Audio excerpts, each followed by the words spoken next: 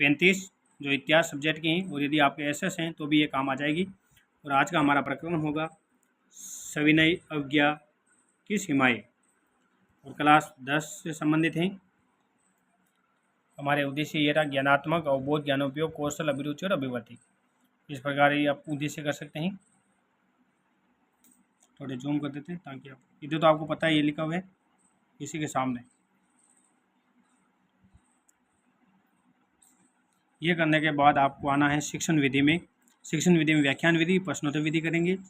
फिर आप शिक्षण सहायक सामग्री में लिखेंगे कक्षा उपयोगी सामग्री, और पूर्व ज्ञान में लिखेंगे छात्र प्रकरण की सामान्य जानकारी रखते हैं। इस प्रकार ये 1 नंबर पेज होगा। अब होगा 2 नंबर पेज। यहाँ पर हमको करना है प्रस्तावना प्रश्न। ये इस प्रकार प्रस्तावना प्रश्न। हमारे देश का नाम क्या है? भारत। भारत में देश चलाने के लिए ये कानून का पुंज को क्या कहते हैं?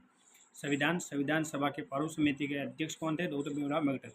संज्ञा विज्ञा की सीमाएं पर भीमराव का मत क्या है? समस्यात्मक प्रश्न।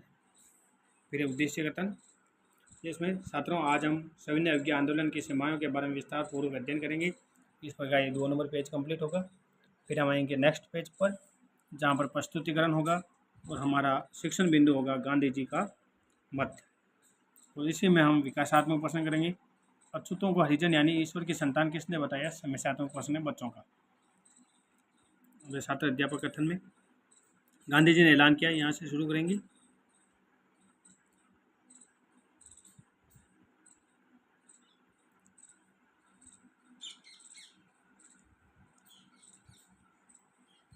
ये करने के बाद आप छात्र क्रिया में करेंगे। छात्र ध्यानपूर्वक सुनेंगे तथा समझेंगे, और यदि आप इनमें से सारांश के रूप में साइंपट पर लिखना चाहते हैं तो भी लिख सकते हैं।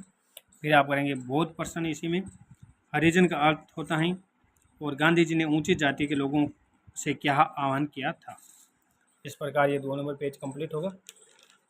फिर आपको आना नेक्स्ट पेज पर, जहाँ पर हमारा शिक्षण बिंदु होगा भीमराव का मत, और विकासात्मक प्रश्न होंगे। पूना पैक्ट किन किन के बीच में हुआ? भीमराव और गांधी जी के बीच।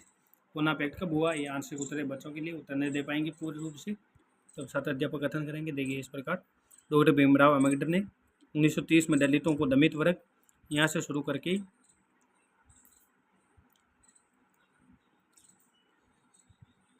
ये इस प्रकार करेंगे। फिर हम बोध प्रश्न करेंगे, पूना पैक्ट क्यों हुआ था? ये करने के बाद आप छात्र क्रिया में करेंगे। छात्र ध्यानपूर्वक सुनेंगे तथा करेंगे। यदि आप साइंपट पर लिखना लिख सकते हैं। पूना पैक्ट 1932 हुआ था। गांधी जी और अम्बेडकर के पास साइंपट कार्य। ये करने के बाद आप आएंगे पेज पे, जहाँ पर मूल्यांकन प्रश्न।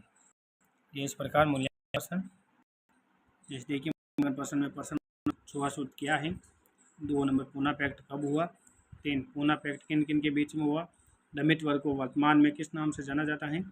और 1930 में दलितों को दलित वर्ग एसोसिएशन में संगठित किसने किया? इस प्रकार ये 5 मूल्यांकन प्रश्न होंगे।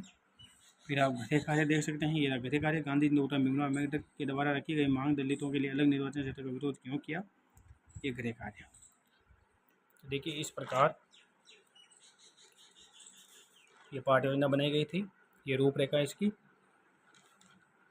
ये पेज नंबर 3 पर,